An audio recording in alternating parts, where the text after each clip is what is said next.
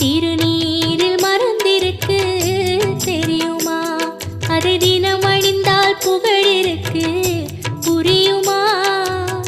கந்தன் திருநீரில் மறந்திருக்கு தெரியுமா? அதை தினம் அணிந்தால் புகழிருக்கு புரியுமா? கந்தன் திருநீரில் மறந்திருக்கு தெரியுமா? நெற்றிக் கண்ணில் பிறந்தவனே தெரியுமா? அவனை சுற்றி வந்தால் பல